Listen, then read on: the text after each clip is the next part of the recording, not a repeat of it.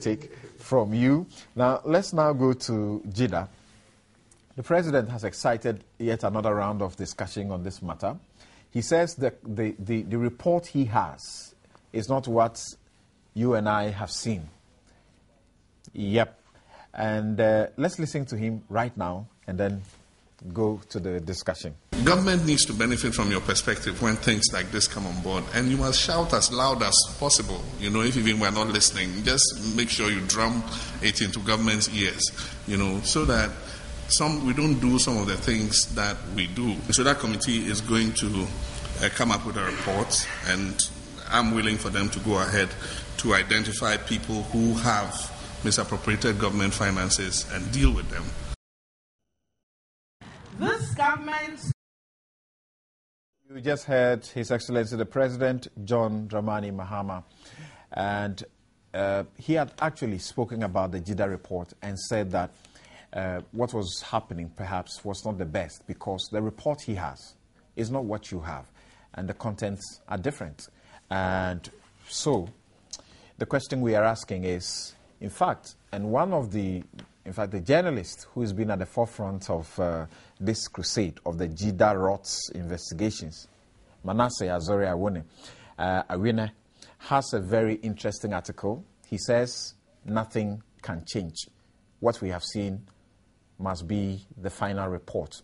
We're asking if in the end anything will damage the confidence in the report. I'll start with Abdul Malik.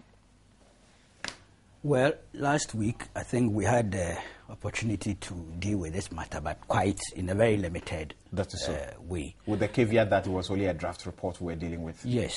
I don't know which one my friend and brother Manasseh is holding, whether he's holding the one that we are all holding, which you have the draft written on from the first to the last page.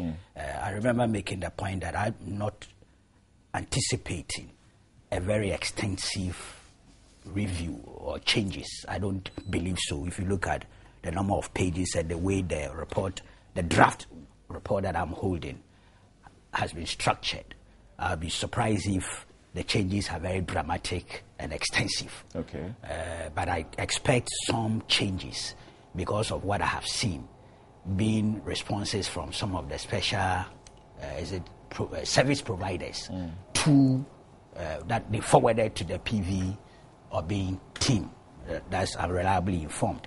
And there are very serious categorical rejections of some of the findings that are contained in the draft report. And some are very factual because I've seen documentation to that effect. For some time now, in view of the government's inability to publicize the findings, you say this is where the confusion is. The president says that what he has is the final report and not the one we are holding. If so, I would still have thought that even an executive summary of that final report that the president is holding could have been publicized in order to cure the mischief of the speculation and the interpretations that were ongoing. But government couldn't stop that. It's a very free, vibrant society. So the cure, I don't think government has handled this issue properly. I don't see how a minister should set up a ministerial committee. When he was receiving the report, we didn't even hear.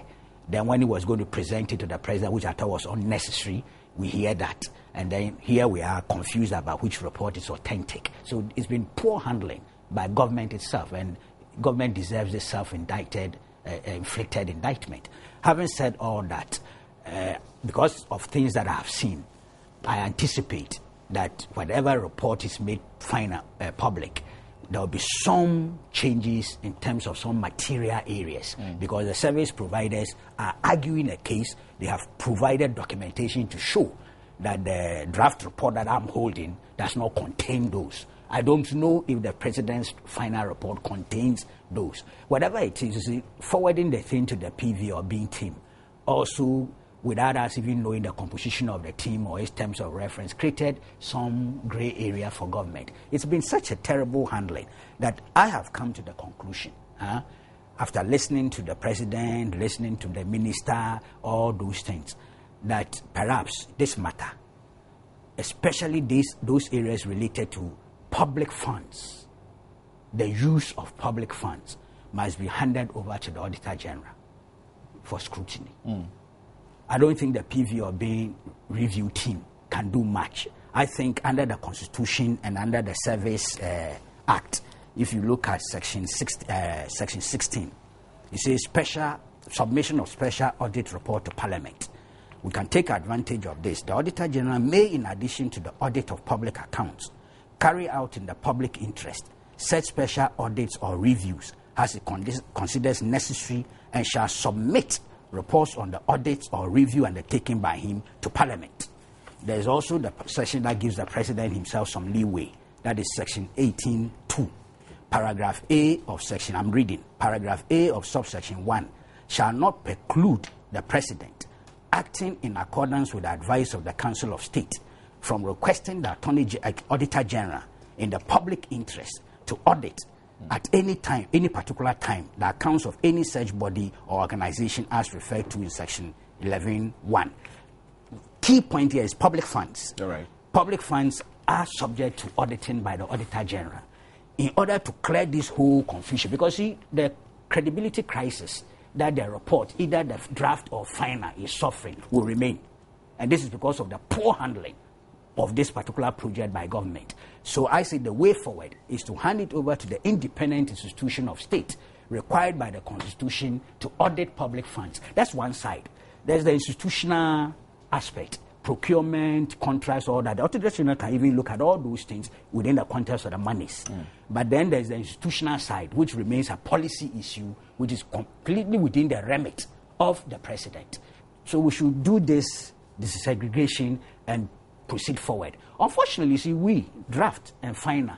You know, that's what we've done to ourselves as a nation. You recall 2002, there was an interim audit report on Ministry of Works and Housing special projects, which became a huge crisis. Then Chairman of the Public Accounts Committee, Honorable Bagwin, had a copy. The media also had copies. Apparently, all those things were interim audit reports. Bagwin, I have his reports here, even his statement and everything here. And we went through a whole crisis till the Auditor General came forward and said that was an interim audit report and that the findings were not yet conclusive. Subsequently, the final report came. There were few material changes. So it is how sometimes all of us have handled some of these investigative reports. Bottom line, I think government didn't do a good job with the handling. 2, to resolve the controversy and suspicions surrounding the use of public funds relative to this particular investigation, let the Auditor General take charge. Interesting points there by Abdul Malik. Now, in relation to that, let me read to you a statement that was issued and prompted by some statements that were made on this particular platform by Gabi Asare-Chiridako, who is the Executive Director of the Dankwa Institute. Now, this is a statement from the AGAMS groups, and it's read: we wish to state categorically, 1, that RLG Group of Companies Limited, AGAMS Holdings Limited, and their board chairman, Mr. Roland Agambere, does not owe any share, okay, I think maybe you want to say own, any share in Keta Salt Industrial Estate and has no investment or business relations with the said company. That Mr. P.V. Obeng is neither a board member nor a board chairman of RLG Group of Companies Limited or AGAMS Holdings Limited or any of their subsidiaries, or for that matter, any company owned by Mr. Roland Agambere. That a simple search online on My Jaw Online would reveal the facts published by the My Jaw Online on January 31, 2013, with the heading Keta Industrial Salt Estate to be established by this year. And they said they demand a retraction of the said publication. This one was written by Prosper Harrison Addo. Prosper Harrison Addo. And this was to the effect that P.V. Obeng is not a board member or a board chairman of the Keta Salt Industrial Salt Estate, as was suggested, and so there cannot be any conflict of interest in his handling of the review of the report. Let's hear from you. Well, Samson, I have a peculiar problem with talking about any issues that, on the face of it, involve large sums of money. And I'll be very candid. As I say, if you have been bitten by a snake before, if you see a worm, you begin to dance and jump. We have a practice in this country that even if you want to give an explanation and there is money involved, people immediately attack you on the basis that, oh, then you must have gained financially from whatever is going, because they don't want to hear an explanation, or they feel that you, for want of it's not an explanation, it amounts to a defense. So I'm not going to go into the detail. I made a comment even on Good Morning Ghana, and you could already see how that was being misinterpreted. And so I'm being very clear and stating it. The reports, I have not the draft you're talking about, I haven't read. I'm not sure when you use the word draft, whether it is the report that was given to the president initially by the minister, or there's a draft report of the PV or being. No. Who are you attributing? The president? No, when you said you had a copy which is marked draft. Yes, that's the one, not the PV or being. No, nothing to do with the PV. That is the one that is gone to the. That's in the media. So in actual fact, in actual fact, what the minister gave to the president was a draft report. No, the president wants to tell us that's a final one. Yes, the president says he has a different one. Yes. It's not what we have. Okay, then this is why, for me, I have some concerns because of what has been said. Because I don't think there has been an official release by government of any report. Yeah. That for me is my concern. I heard snippets of when the report was supposed to have been given. I then heard that a lady had been indicted within the report. Chris Akumi came on air as her lawyer and then gave a different version of what he said had transpired. There was a lot of banter on the point. And for me, straight away, I then said, well, perhaps it's good that the president is getting the report looked at and reviewed, because once that report comes out and your name appears, or your company or whatever appears within that report in a manner of suspicion, and I put it that way, before you reverse that belief, you are going to go through a lot of pain. It is there. So even when you finally even get, it's the classic situation of a paper publishes something against you, and then they realize they made a mistake. You ask for a retraction. The retraction comes in page 7 of the DC in the corner, and nobody sees it. So for the majority of people, the perception is out there that you are. So I think that, yes, there's a need for that report to come out for us to know.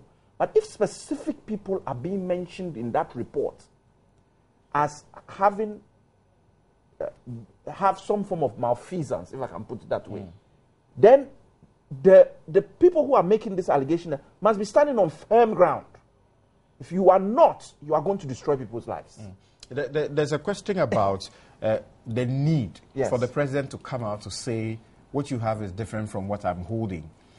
Why was it necessary for him to come out to say so after he had indicated upon receiving the report that there was going to be radical reforms? That is why I asked the question as to if you are saying what is out there is marked draft. Is it a draft of what was then given to the president? And if that is the case, if people are putting on in papers or even on the internet the draft report of what was handed, then conclusions and issues are going to be drawn on a draft.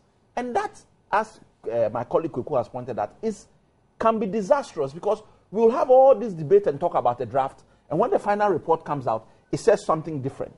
And the final report, you then turn around and say that, oh, well, it's a cover-up, because why is it that this is not in, but this new thing has come in? Let us all wait for the official report. And for me, the only concern was it going to be published or not? And the president has come out and said, once the report is out, I will publish. That for me which one will be published? The reviewed one by PV or the one that President calls final? Because by the time PV finishes his job, the final copy the President is holding is more or less. But that is why I'm saying that. Yeah. That's why I'm saying that. For me, it will be the PV report that should be published. Yeah. And why am I saying that? And that would be the conflict. But the question is why, as I stated, from the arguments that already started coming out from the so-called draft or whatever, I heard that a lawyer defending his client on air as to what had been published as opposed to what he says had been transpired and the audience that his client had or had not been given. So you published the final or original report to put the issues in perspective, to dispute whatever is being said. So it's been reviewed. What if it is reviewed and it is found out that A has been put into the report, but in actual fact, we have now got, as Kweku Baku is saying, different evidence which is now being coming from various people in it that has to be added, which will give a totally different feature in documents as to what has happened. If you put in what has been handed over, and then put in what finally has been reviewed again with documentation, aren't you rather confusing the situation? And what is the basis of the review? So I just think that, at least in the first instance, and let me make it clear, I'm not defending anybody in the report. I'm making this succinctly. I am saying that we should have an official document which the president has promised to put out. Then we discuss. If those who have, at the moment, for all intents and purposes, what is being said or what I've heard is that nobody has actually got the reports. They've got a draft of that report, but nobody has actually put out the report that was handed to the president. And nobody has seen the reviewed report that has also been given or is being given to the president. A report is going to be published. If somebody feels that something is wrong or they have evidence of something that is different from the other report, because in actual fact, there have been how many reports? 4, I think, or from the history of it. Yeah, there have been 4. So, exactly. And all that, yeah. So, I'd let that report come out. And if people have something different and they feel they can challenge it, or there are things that have been, then the debate will be had. That's why it is so inept, the lack of finesse. And that brings about crisis of integrity and credibility. We have had 4, and none of it officially has been sanctioned and publicized. You create a certain doubt in public mind. Now, the question about the confidence that the people will have in the final outcome, you don't see that will hurt the government. Will hurt the government if, it appears to be radically different from what we have now, and also the questions about the potential conflict of interest that was raised about PV Obeng, though that was denied or that has been corrected in respect of the Keta industrial salt project. But there's still, that talk out there that he's supposed to be on one of the boards of one of those entities that have been indicted. Yeah, I think that for some couple of weeks or 3 weeks or so, Kweku has been making a fantastic point about the need to wait for the report. And I think that we should stand on that platform, whether no matter what you call it, the official document that will come, they say this is JIDA report. Yes, we go by it.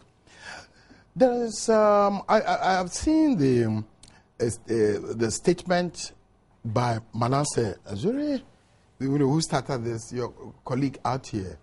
It's a great document. I think he's done a great job. He needs to be pat on the back. But at the same time, I have a problem with that. You see, you do an investigation and you come to fair conclusions, and you submit your report, it goes to wherever it goes. What is your role after that? And I think we should have this very clear, that your role is that that is a watch, what do you call it, a touchline watchdog role, you understand? But you don't also attempt to stampede those who have to do the follow-up, the next step, from doing it. And that's the problem I have with it. Fine, he states a clear position that, look, nobody can change the hard facts Yeah, I agree with him. I really agree with him. In which case, then, people should not stampede government. Because, you see, I can also say that the patience in governance is also a virtue. Because if you don't take time and you just submit a report and the next week you want the report published, you want this, that, government at the point has a larger, knowledge, information and all that. Now, I was here when my good friend Gabi Ochiridakun, you remember, he produced documents and said PV was here, this one was there, and we were trying to ask, just a minute, trying to say that, okay, produce more documents. Now we come and sit here only to hear that he says they're apologizing. People's integrity, people's characters have been hard won, and we should not stampede people, government or any other person to run people down. So I will only say that the president has said he will publish it. Let's wait. What he publishes, we can compare it with our documents, which are the base document, and then we will know. So JIDA, I don't know what it is. I don't know what JIDA is. But whatever it is, I think that in the governmental processes, we should also allow them. Kuku said, why don't we bring in the Auditor General? That's another fantastic proposition. But I think that the document is before the president. At least it's also an institution of state. It's a major institution. Let him go through. Otherwise, we'll be delivering undermining the credibility of our institution. If the whole presidency cannot be trusted, and for that matter, the Auditor General should be brought in to take over from him, then we don't have any trust. So greater transparency. But yes, I'm talking about transparency. I'm saying that give the president an opportunity to fail. See, something has a solution. Okay. Let me put it to him. He says that, assuming without admitting that the draft JIDA report, which contains remarks that are damning to some institutions and persons, is really not the true state of the final report, then the only responsible thing for government to have done was to release the so-called final report into the public. Yes, I'm saying that. How do you release a final report when it's being studied? You get me? It's premature. That's all the point I'm making. It's premature. You see, I've been in government also before. I know what it is. Now, when you have a report and everybody, Zoom Lions complaining, Agams complaining, everybody's like what we have pointed out rightly, you just don't go and publish it.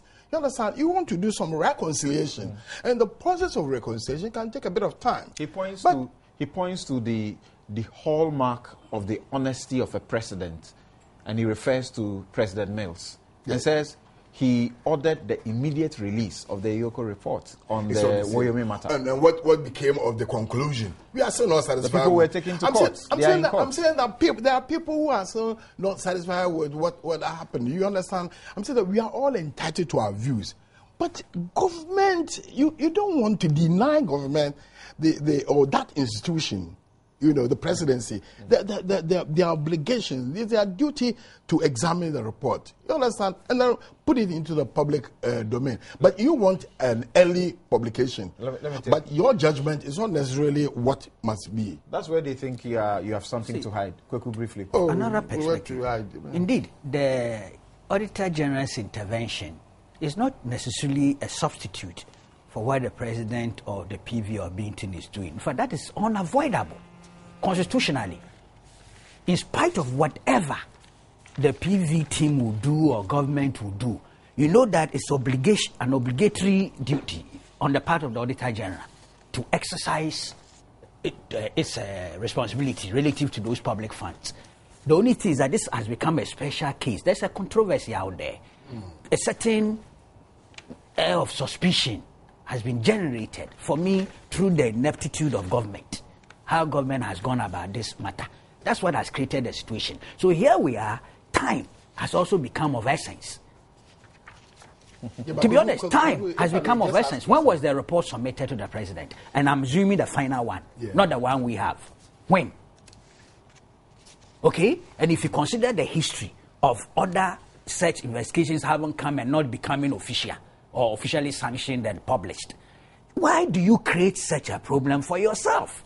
You can kill this mischief with greater transparency. Look, I think government should publish excerpts, an executive summary of the final report or the PV or B theme. I wonder how many days it was given. What is it that that team is supposed to do that it should take him that long? Don't you get it? That any time delay. I just going to ask a question. Can you conceive of government, and for that matter, the president, hiding or distorting this document? No, I'm not saying so. What I'm doing is to tell government. It's not about Kuku, it's about a section of the because public out there. Yeah, but the debate is right here. So I'm saying we are advocating various viewpoints. So I'm saying that if you cannot, then what stops us for saying that give the opportunity to complete the work? I'm not saying because that group in the public answered your question in the affirmative. The delay is not helping government. That's what I'm saying. No, I'm not speaking for I don't speak for the president. And I'm not speaking for the president in this case. I'm saying that in the ordinary process that I know in governance, it takes a bit of time to put these things together. You understand? You may even go back to the Attorney General from clarification and whatnot. We outside may not understand how the process works. We expect a response within 1 month. I'm saying that the president has come and said, yeah, I'm studying it. Unless it's unreasonably long. How long? You know. Well, could you tell me how long has it been? We are hitting some 2 months, aren't we? 2 months. What? Oh, yes, aren't we? We have been on 6 weeks, 7 weeks, I'm sure. 2 months, you know what? The load at the Attorney General's department when you're complaining, it takes quite a bit of time, you see, because they will also have to reconcile 4 reports, possibly. Because, you know, the delay is also adversely affecting people's reputation. All right. Reputation, as I said, of companies, of individuals, and even of government. Okay. Now, now I need to remind you again that the Multimedia Group Education Scholarships opened and it's available. So if you know of someone who is brilliant but is needy, just make sure you direct them to any multimedia entity across the country, Joy FM, Love FM, Nshira FM, wherever. Just walk in there with an application letter showing why you should be considered, and the application should not be more than 100 words. It should also include your terminal reports, admission letters, and written testimonials from current or previous schools. So just look for Love or Nshira FM in Kumasi, Joy FM here, Multi TV studios here, also at Kokomlemle, and deposit them. The closing date for the application is the 31st of August. So do it quick so you can get some help. There's also the installer training that is going on, and all who want to become world-class installers are invited to join in the installer training that is going on across the nation. It's going on in Tamale, Wa, Techiman, Sunyani, Sefi, Kumasi, Obuasi, Koforidua, Somenya, Cape Coast, Takoradi, Accra, and Ho and Hohoi. Just call 030-2211-680, 030-2211-680, or 0244-340415, and pick up a registration form only at the cost of 40 Ghana cedis. That's all you need to do, 40 Ghana cedis, and you'll be giving the training, and in the end, you will get a certificate of participation. Now, MTN also wants you to know that the MTN Heroes of Change is on. Across the length and breadth of Ghana, more and more people are engaging in selfless acts that are bringing brightening lives and also making the world a better place to live. These agents of change, they are the heroes of our time, and they deserve recognition for their selfless acts of humanity. So if you know anyone who is making extraordinary contributions to their community and inspiring others to live their dreams, then now is your chance to let their good deeds and works shine. Nominate your hero to be part of the MTN Heroes of Change. Visit mtn.com.gh